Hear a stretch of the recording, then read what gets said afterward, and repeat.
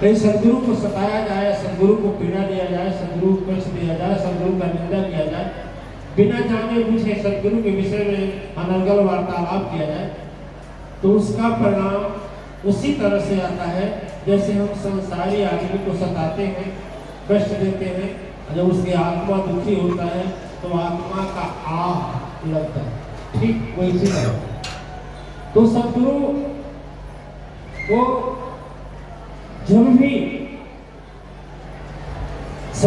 जब भी हम क्रोधित करते हैं या कष्ट देते हैं, पीड़ा देते हैं, तो सदगुरु से नहीं आती है, उसका परिणाम सीधे ऊपर से आता है। आप लोग सुने भी होंगे, का भूसोगे जी अपना पूर्व जन्म की कथा जब बताए हैं और बताए हैं कि मैं शंकर भगवान के मंदिर में एक बार तपस्या कर रहा था, गुरु जी हमको अपनी सारी विद्या दे दिए थे, लेकिन मेरे अंदर घमंड हो गया, आज गुरु आए तो हम प्रणाम नहीं किए, गुरु आवो अभिमान दे कुछ नहीं कीन प्रणाम,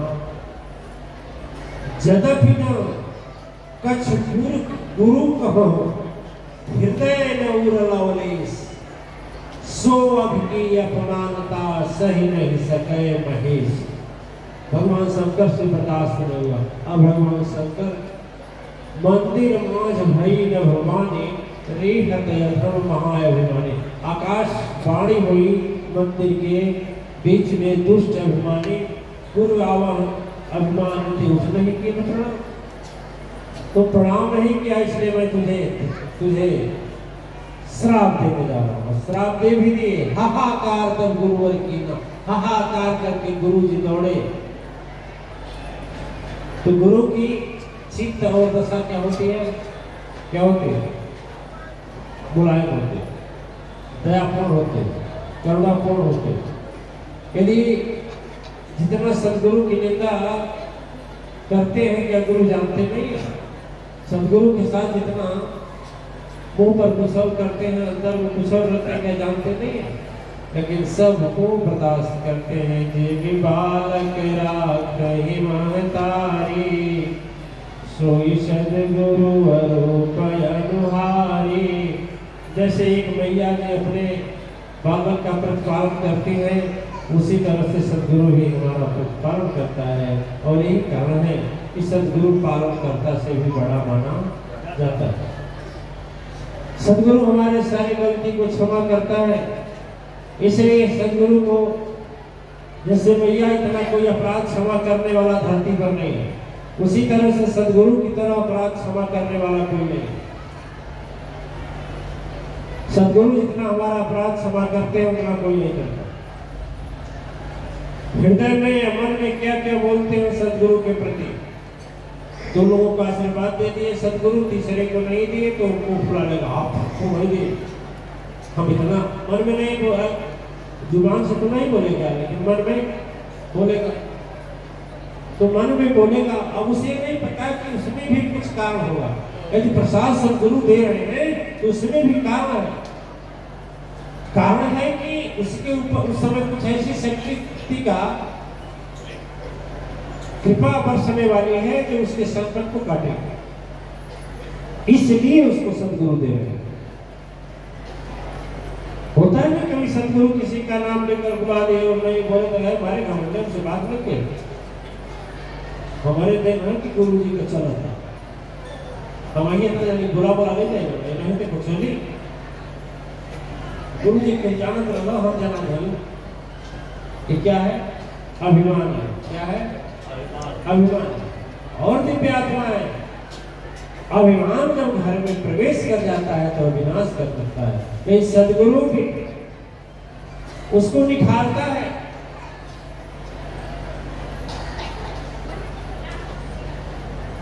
गुरु धोबी शिष कापड़ा,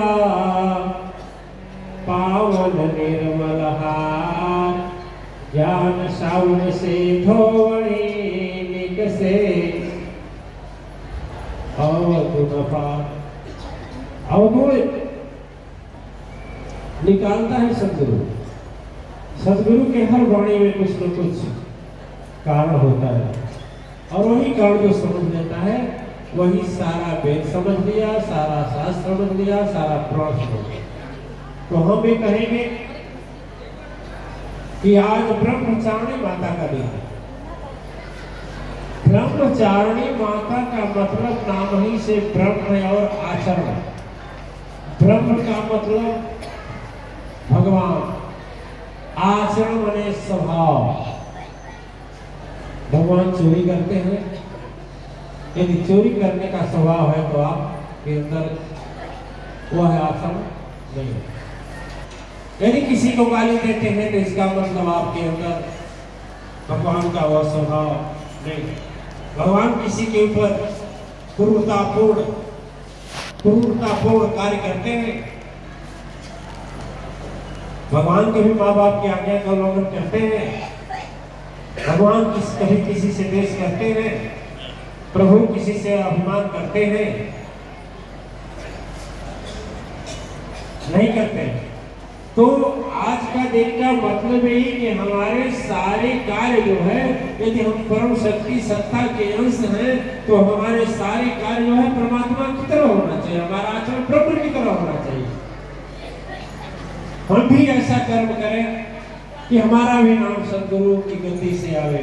और हम यहाँ नाम किसी का नहीं लेता हूँ, हमारे वहां से आता है, कहाँ से? सदगुरु के वहां से। हम नहीं नाम लेते। दो प्रकार के लोग होते हैं, एक सदगुरु को जपते हैं और एक ऐसा होता है जिसको सदगुरु जपते हैं। महान कौन है? महान कौन हुआ? सोचिए, कोई भगवान को जपता है, कोई ऐसा है जिसको भगवान ने जपते हैं। तो कौन महान है? विचार करिए। तो अपने अंदर ऐसी योग्यता लाना चाहिए कि हम सदगुरु के प्रिय हो। लेकिन कभी कभी अभिमान हृदय में बैठा। अच्छा देखिए, जितना गुण है भगवान के सारा गुण आपके अंदर है, लेकिन जितना योग राक्षस के अंदर है उतना भी आप ही के अंदर है।